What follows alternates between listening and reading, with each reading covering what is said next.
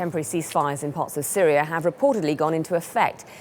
They will last 1 to 3 days, depending on the area. The Syrian regime is dubbing the truces the regime of calm. They'll be near Damascus and in a northern province near Latakia.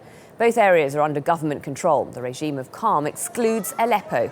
More than 200 people have been killed in Aleppo in the last week, according to the Syrian Observatory for Human Rights. Well, Zeina Awad has been monitoring the story from Gaziantep near the Turkish-Syrian border.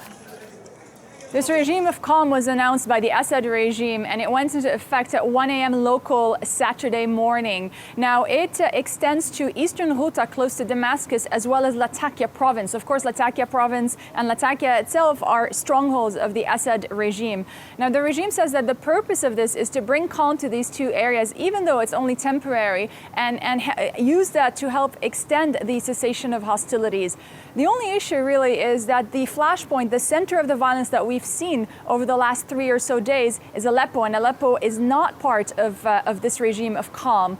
Now, the fight over Aleppo is quite important because Aleppo is Syria's largest city, and it's quite geographically, strategically located. Parts of it are under government control, others under rebel control. And this fight that we're seeing on the ground will go a long way in determining who consolidates their control on the ground and as a result has a stronger hand at the negotiating table.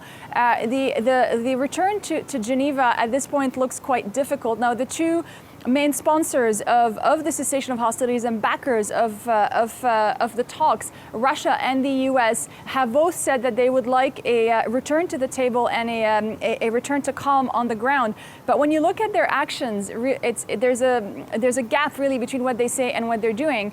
U.S. President Barack Obama announced that he'll be sending 250 special forces to Syria to specifically focus on the fight against Daesh. He's made it clear that that is the main goal of the U.S. And of course, the war against Daesh has nothing to do, falls outside of the cessation of hostilities and the negotiating table. Russia, on the other hand, continues to support the Assad regime in its advances, including the ones on the ground in Aleppo.